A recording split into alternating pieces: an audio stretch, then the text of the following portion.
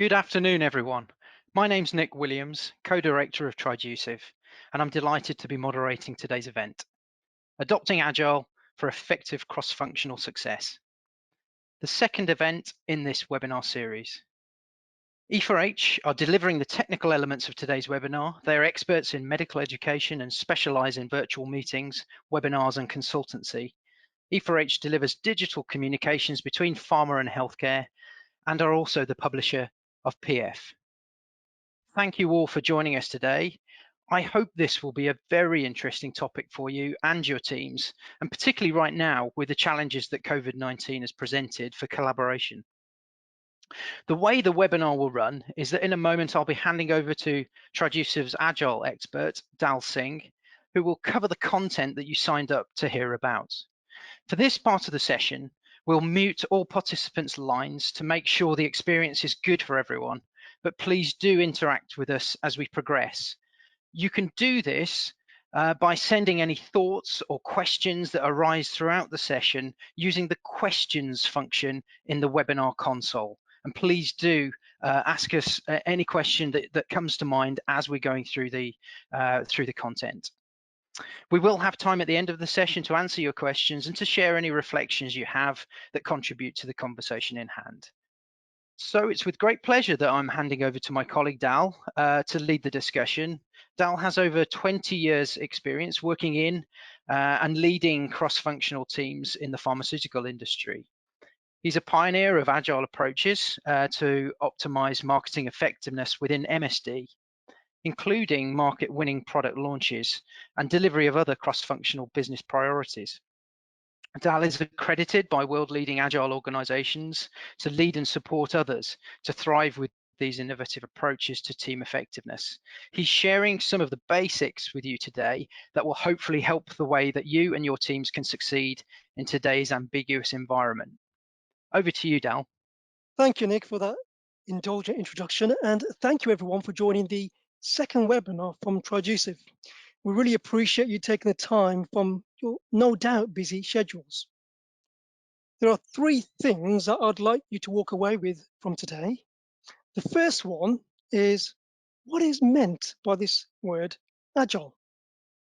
Secondly, how can it support your cross-functional teams be even more effective? And the final point is, what are the considerations that you need to take before embarking on an agile journey? And what could that look like? But before I really get started, I want to get some audience participation going. So I'm going to go to the polls. Now, I'm in no doubt that you have, and some of you may even lead some fantastic cross-functional teams. But if you had to get them to focus on one area out of this list, which one would it be? Okay, it's a fairly even split, which is interesting. And if I think I said all of the above, maybe that would have been the answer that people would have gone for. But that's good. Now, what I'm going to do now, I'm going to really amalgamate and coalesce the first 2 points because the benefits will start to become more obvious once you learn what Agile is. Agile can be a very subjective word and open to interpretation. We know of companies who have their own definition of what it means and what it looks like. And in the Cambridge Dictionary, there are 3 definitions. Today, we're going to focus on Agile for cross-functional teams, which is really aligned to the third one here. It's about the division of tasks into short phases of work and frequent reassessment and adaptation of plans as we gain new insights. But funnily enough, working in this way also drives the other 2 definitions of thinking clearly and working faster. So now we've got a baseline understanding of what we're going to be focusing on. Let's get into the detail. Now, Agile and agility seem to be on the minds of senior execs all around the world. According to Forbes here, 92% of senior execs believe that organizational agility is critical to business success. But why is this? Well, for a start, I believe we're in a rapidly changing environment where we're faced with numerous challenges, from changes to customer demands, competition, technology. And just to give you an example of how fast things are changing, I read an article that is relevant to our world in pharmaceuticals. It's about the speed at which medical knowledge doubles. And apparently, in 1950, medical knowledge doubled every 50 years. 30 years later, in 1980, it was down to 7 years. In 2010, medical knowledge was doubling every 3.5 years. And apparently today, it doubles every 73 days. And this was done all before coronavirus. And I would imagine that this is moving exponentially faster in the current climate. So thinking about knowledge doubling, I think it's, I guess, partially due to the data that we're obtaining, collating, and have access to.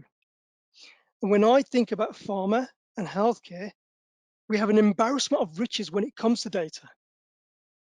Data from IQVIA, market research, advisory boards, what the reps even record into the core reporting systems such as Viva. And I think we're in a period where the needs of customers are evolving right in front of our eyes.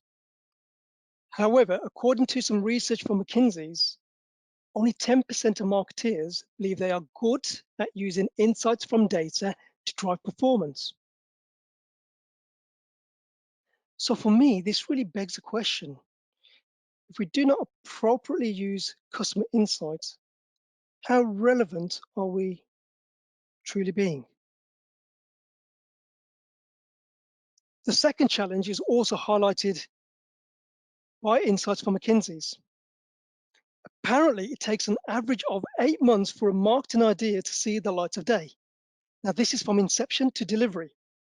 And embarrassingly for me, I've been involved in some projects that have taken even longer. And I guess this wasn't because it was a complex project, it was more to do with how the team worked together. So for the final points, I'm going to get your opinion instead.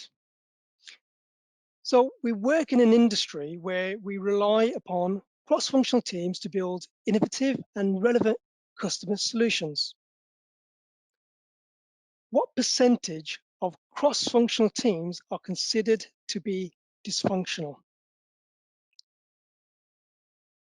Wow, okay, so we have mainly pessimistic on this. There's not too much optimism. So some people feel that 10% of the audience feel that 90% of cross-functional teams are considered to be dysfunctional, and 38 are saying that 75%. Well, in actual fact, you've kind of hit the nail on the head. According to the Harvard Business Review, 75% of cross-functional teams are considered to be dysfunctional. And in the Harvard Business Review, they've identified 4 golden rules for great cross-functional teams. The first rule: every project should have an end-to-end accountable leader, which makes sense.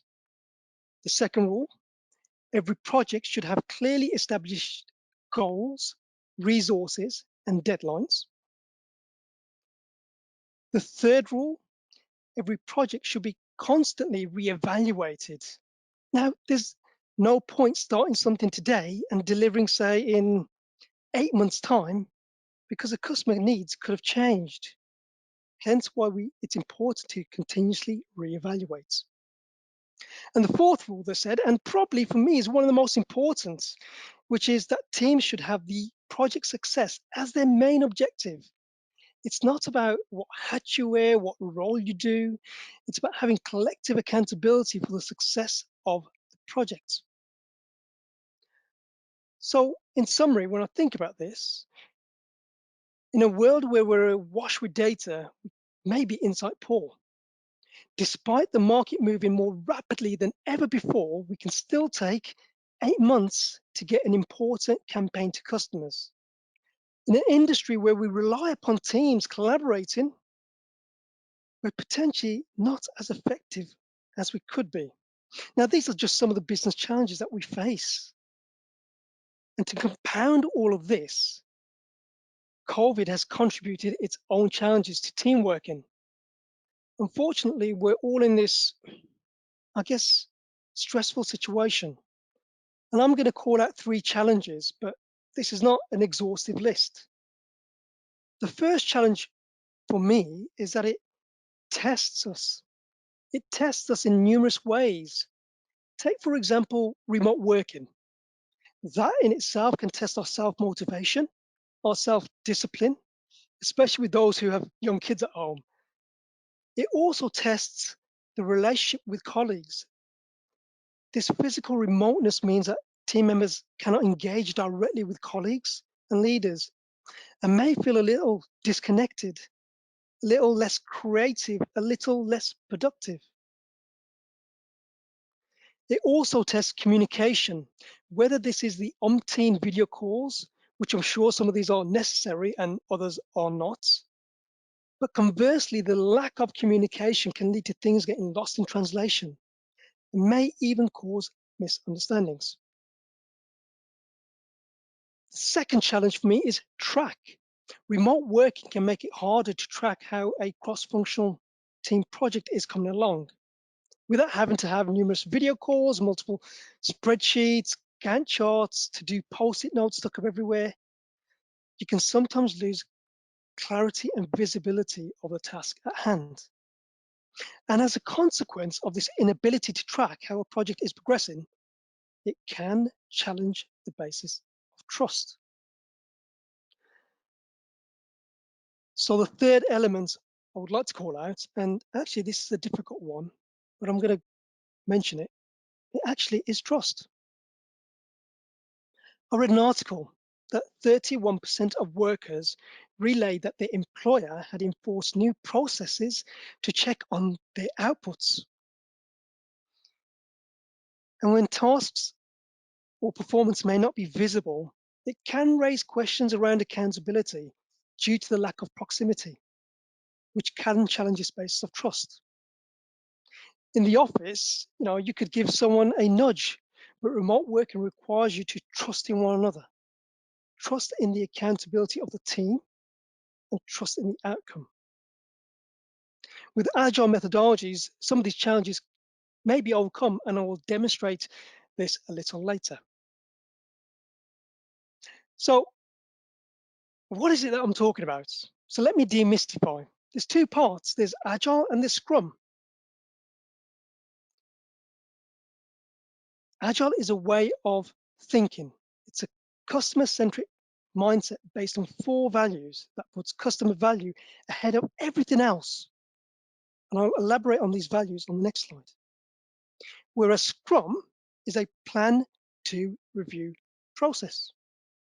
Essentially, it's a really good team working framework is a great way to bring these agile values to life. And when you put these two together, it transforms the way teams work and think.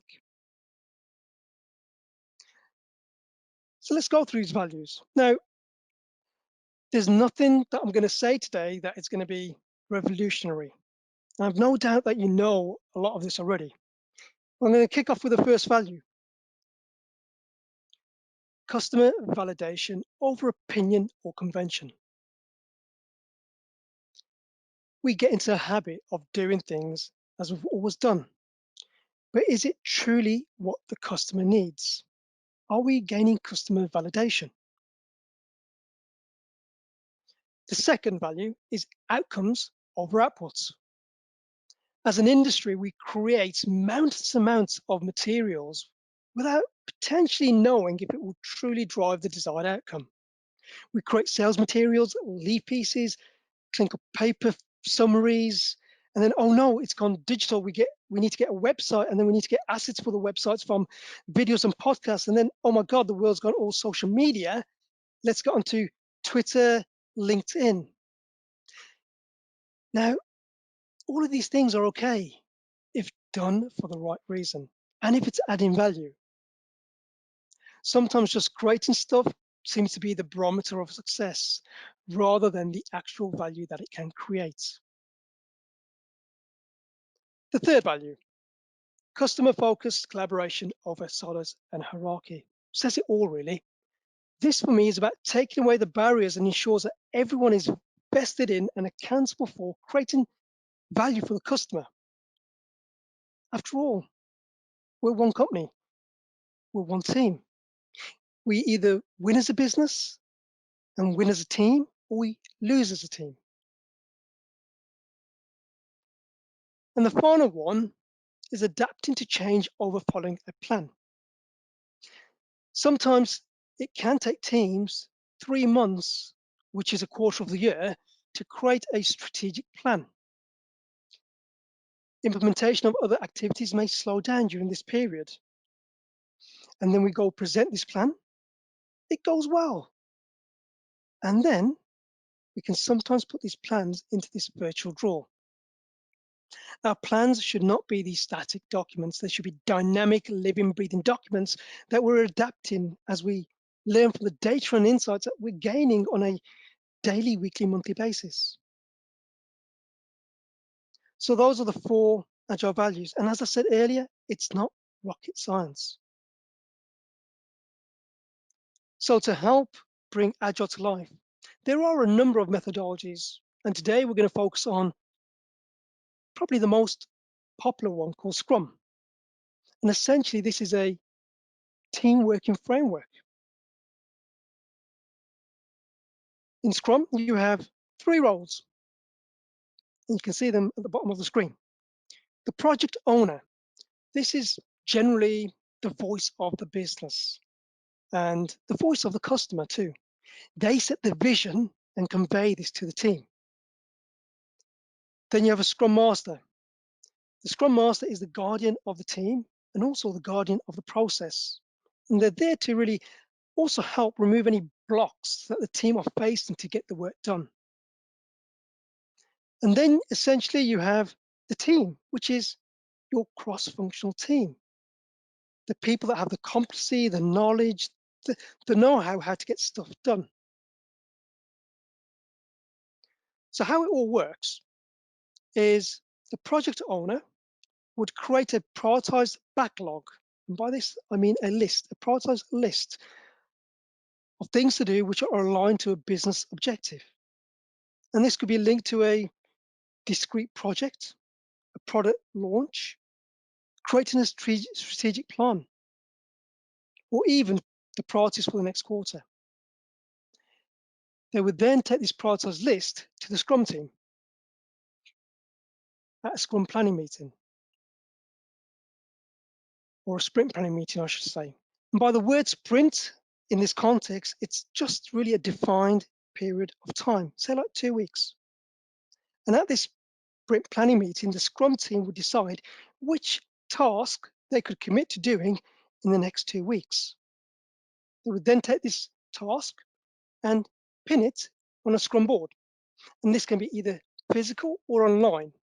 And as you can imagine, our clients today are opting for the online version due to the remote working, but it's all visible. And essentially, these boards are just examples of showing you, but you have 3 columns, a to-do, doing, done. And you move your tasks across the board during this 2-week sprint. So once you've got your tickets on the board, you would then start your sprint, this, say, 2-week period. I've said here between 2 and 4 weeks. Most teams that we work with choose a sprint to last no more than 2 weeks. And during this 2-week period, you have a thing called a stand-up, which is essentially a 15-minute check-in. And in this 15 minutes, the team get together around the Scrum board and they answer 3 questions. What have I done since we last spoke? What I plan to do until we next speak? And what's holding me back? Now, some of our clients have these stand-ups on a daily basis. Some hold them 3 times a week, others twice a week. Again, this is dependent on your team and it's up to the team to decide what's going to work best for them. And at the end of this 2-week sprint, they would hold a sprint review where you discuss and actually celebrate all the things that you've delivered in this 2-week period. Finally, you would complete an event called the retrospective. And this is where you, I guess, reflect on the past to improve the future. Here you would focus on the how, not the what, the how you work together and look for continuous improvement areas in teamwork, morale, discipline. I guess it's like having a 360 review every few weeks.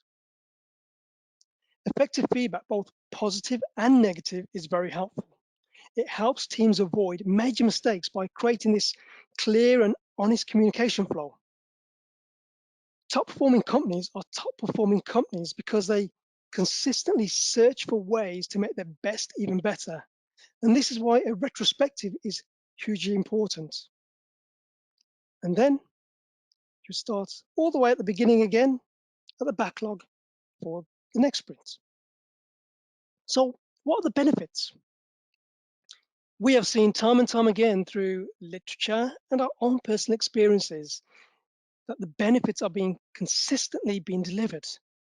The data that I'm going to show you here is from the State of Agile reports, which is the largest, most widely cited Agile survey in the world.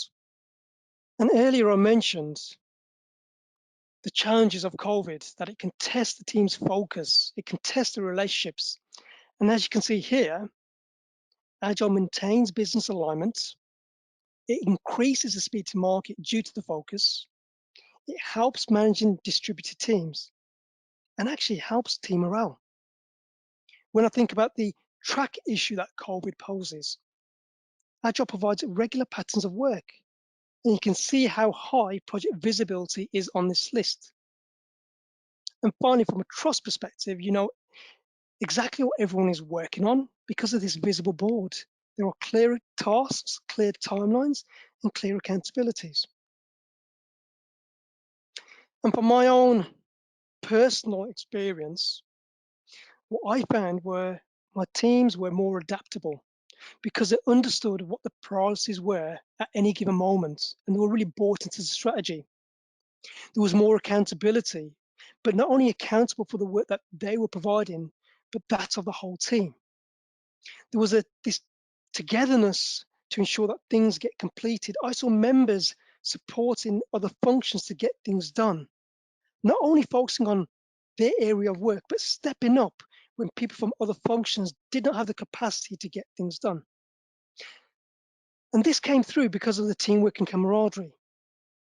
But it wasn't all hugs and high fives.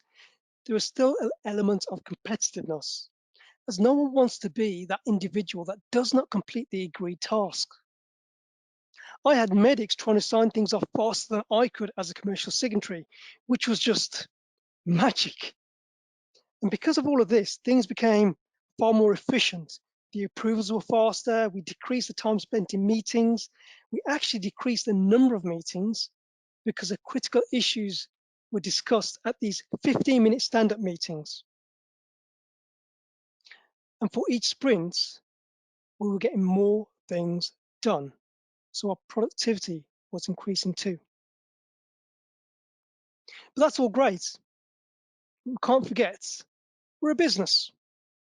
And it is, to a certain degree, about bringing in the revenue. Well, according to McKinsey's, agile organizations deliver 3 times greater shareholder return. Now, whether this is 3 times or somewhere approaching that, it's still better than the status quo. And this is the reason why we are seeing this exponential increase of agile adoption.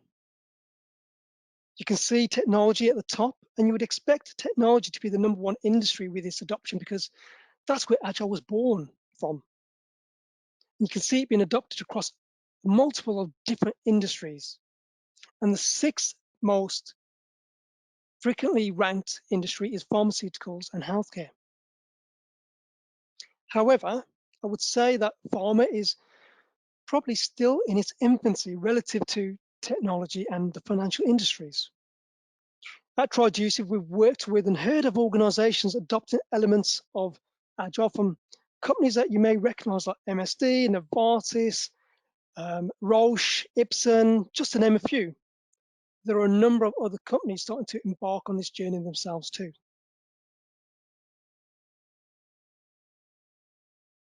So That was more qual experience. Let me walk you through some quant experience we have had. Novartis adopted Agile to launch a CAM-triggered email that engages customers with a new microsites, and they gave themselves a 3-month period to do this. And based on their own benchmarks, by adopting Agile, they increased the speed to market by 90%. Project costs were reduced by a half, which I'm sure keeps the finance teams really happy. The review time decreased by nearly 3/4, and the team's belief in Agile grew. Time and time again, we are seeing these benefits being consistently and constantly replicated. Here are just a few verbatims. I've seen a massive difference in the progress of this project. The team works better together. It's really helped the pace of the project. It's really shown results. It's a game changer. So you've heard a lot from me so far, and I want to ask you all a question. Thinking about what you've heard so far, what would you say would be the most beneficial outcome of employing Agile in your cross-functional team or organization? So let's go to the polls. Wow, I'm actually glad you said that. It is all of the above. And that's from our experience and what we've seen. These are the benefits that you see over and over again. So now, if you're still intrigued, how could an organization get started? Well, there are essentially, from my perspective, 3 things that you need to consider at the outset. Firstly is patterns of work. And by this, I mean the manner in which a particular job is being performed. This is a different but structured way of working, and getting the team to work in this way of breaking down these tasks, working in short cycles with regular reviews, sharing the outputs, giving and receiving feedback. You're going to need a disciplined team to really trust in you, trust in the process, and stick with it. From our experience, it takes around 4 sprints. So say 4 sprints, that's 2 weeks per sprint, that's around 8 weeks for the teams to really build a cadence and confidence with this approach. The second point is about roles and tools. With regards to its roles, it's about supporting for the Scrum Master and the project owner to ensure that they completely understand, but also fulfill their roles and responsibilities. It's important to choose the right Scrum Master who's not really subservient to the team, but is willing to challenge and ensure the integrity of the framework is adhered to. Think about the tools. It's all about selecting whether you're going to have a physical board, which is probably less likely at this current moment in time, or an online board. Ensuring that you have the communication tools for remote working, because you're going to need these video facilities to run these stand-up meetings, these review meetings, these retrospective meetings. And then my last point is support. You will need support in how this process is implemented. Support to keep the discipline, support to help break down any inertia to change. It is possible to start on your own, but it's better to get help. Now, you may already have people in your organization, maybe in a different role, maybe in a different division or a different country, who are really well versed with Agile. We would really recommend that you would reach out to them and lean on them. But if you don't have this within your organization, look outside for support to help hold your hand through this while you build that internal skills and capabilities. As Agile, it's not rocket science and sounds simple, which it is, but it is so easy to get wrong and really lose that commitment of that cross-functional team. The approach that we would recommend is based on Kotter's 8-step process for leading change. And I'm going to give you a general overview rather than get into the specific details. We would recommend that you start small. We would always advocate starting small. Choose one team choose a project. If you're starting with limited support, choose a discrete project like maybe building a piece of material or creating a plan and just have a goal. But if you do have support, you could pick a bigger project like a product launch. Then you would train the team, the Scrum team, on what Agile and Scrum is. You'd support them, build these advocates, refine the process to work for your organization. The second one is, again, as I've already labored on properly, is ensuring that you have the support in place to really set you up for success. Then once you deliver the project, reflect on the journey, take a step back and showcase the benefits to the cross-function team and the wider organization. And the final stage is grow. You can start to apply this more broadly rather than to one individual project, to a more broader collection of projects you work on. And before long, you could be delivering all your marketing priorities this way. But you could also start to scale this within your organization, as you would have now built up these internal skills and capabilities. You've piloted it to see what works for your company, to really help drive this organizational transformation where this way of working is ingrained into the DNA of your organization. And my final point is that I don't really see Agile as a process. It is all about how teams work together to accelerate customer value and essentially have fun whilst doing it. Now, every accomplishment starts with a decision to try. Try it, learn it, master it. What have you got to lose? So if you want to know more, you can contact Triducive. As an organization, we help companies get started. We support them every step of the way to really help scale their ambitions. And also feel free to download the handouts or the leave piece in, I believe, the handout tab on the right-hand side of the screen. So that's it for me. Thank you very much for listening. Nick, I want to probably open this out to questions now. Thank you, Dal. That was fantastic, very clear. And I already have some great questions from the audience. So I'd suggest, given the time, let's dive straight into them. But please, everyone, if you do have more, please do send them in, again, using the console tab the questions tab on the webinar console. So Dal, the first question that I've got for you is, does this way of working add extra complexity to the team's already busy workload? And I guess it's thinking about starting the journey particularly. Well, anything new can also feel complex at the outset. I would say yes, at the outset, you've got the language, it's going to sound alien. You've got words such as sprint, scrum, stand-ups, retrospectives, but this does become second nature after a while. It also feels like you could be adding more meetings, like the planning meetings, the stand-ups, the review meetings.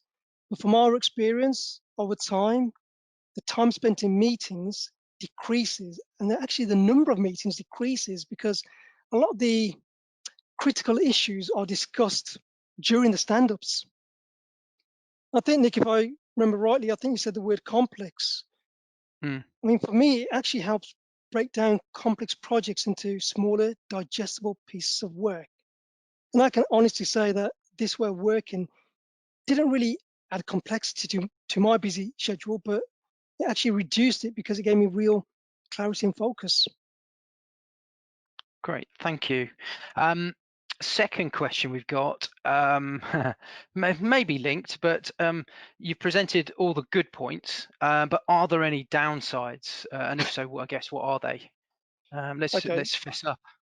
All right. So I haven't really cherry picked because I shouldn't really cherry pick. So the easy answer, Nick, I would say, well, there's no downsides. Well, I probably wouldn't necessarily call them downsides, Nick. I'd say more challenges, because with any change, there will always be some people that welcome it and others that may be more resistant. Some people are always going to be dubious about new ways of working. Is this just a new fad? Am I going to have more meetings? And some people may also be nervous about working more publicly due to this visible scrum boards. But I would say that this is more at the outset, and over time, the benefits will speak for themselves and the doubters will be converted. The other challenge rather than downside, I would say, is keeping to the discipline of the framework. Sometimes other meetings will drop into our diary at the last minute, and it's very easy to say, well, you know what, let's cancel this stand up or let's cancel this review meeting. And I know this may happen, but as long as this is the exception rather than the norm, it is really important to keep the rigor of the process. So I want to say downsides, Nick, there are going to be a few challenges, but you get this in everything that you try to implement. Okay, thank you. A couple of similar questions here. So I'll ask the first one and see if you answer the second one, and if you do, I'll refer to that. Can Agile be applied to more than one team at a Um, time, I guess? yeah, I would say the short answer is yes, absolutely. You know, we always advocate starting small and choosing one team. Firstly, to probably demonstrate the benefits to the wider organization, because it is a change to how you ordinarily work, and it's taken a leap of faith. You know, you could then build that advocacy, the skills and capabilities, and iron out any challenges that may be specific to your individual organization. So even though we would advocate starting small, you know, you could start with a couple of teams, but we wouldn't really go much broader than that at the outset, because there is a lot to take on board. Great, thank you. There are a couple of questions around. So yeah, let me just have a look, see if I can group them together a little bit. There's one here that might refer to some of the content that you presented, Dal. The Mhm. objective evidence, is there any objective evidence that Agile is actually effective in business? For example, is it leading to increases in profitability and customer satisfaction levels? And I guess you talk to the McKinsey's 3 times shareholder value piece. Mhm. Maybe you want Yeah. to reiterate that. Well, you know, I cannot really say I've got real objective evidence right now to share with you on this, but everything that I have read, everything that I've seen, even with utilizing Agile to launch a product in my previous role, I've got to say, in my 20 years after launching several products, it was probably the most successful launch. So all I would say to this, there is evidence to suggest, and actually from our experience, we have seen that it does lead to greater profitability. And also, when I think about profitability, I think about budgets. What I was finding when we were rolling Agile out and utilizing Agile, that you were probably spending less budget because you were so focused on that customer validation, you were only producing things that were really going to add value.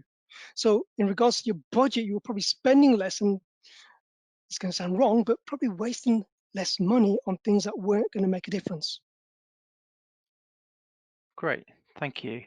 Um, Yeah, and so a practical question, perhaps linked to a couple of previous ones about, can you have multiple sprints ongoing at the same time? I guess that might speak to number of teams or number of, I guess priorities that are being managed at one time. Yeah.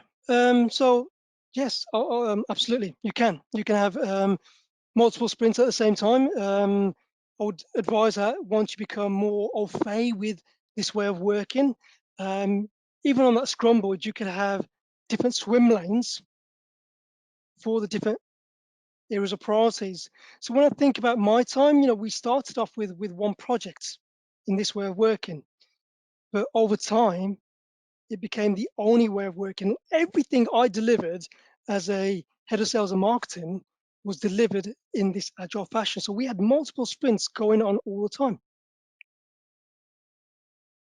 Very good. And let's have a look. We have something about maybe speaks to this complexity question. How do you overcome the challenge of conflicting individual priorities and inconsistent buy-in from departments that could be barriers to effectiveness?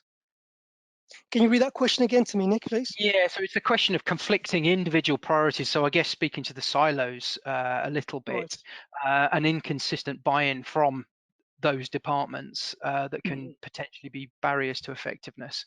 Yeah. How did you overcome it? Perhaps, Dal, maybe Well, speak to that. um, for me, I would say I had a brilliant cross-functional team, but I would say, well, let me start from scratch. Actually, I think to get the buy-in, you need buy-in throughout the organization. You do need, at some stage, if you're going to scale across the organization, you're going to need senior leadership support. Number one. Number two, in terms of conflicting priorities, in reality, when you think about an organization, there's going to be a number of key projects or key priorities, and you've got to be really open and transparent on what is really a priority, not for you as an individual, but as a priority for the organization. So you need to make some difficult choices, I would say, Nick. Okay, and maybe pick those things to focus on initially. Mhm. Absolutely, absolutely. Gr- I mean, the companies Great. that we've worked with, Nick, it's generally always been on some of the key priorities, to be fair. And we've probably got time for maybe one more question, but we've got a number of others that we're not going to have time to answer. But before we finish, I'll let you guys know on the line that we will find a way to answer all of the questions and get back to you with a considered response, particularly to Yeah. those that we haven't managed to spend time on today. Um, so maybe the last question is quite a practical question.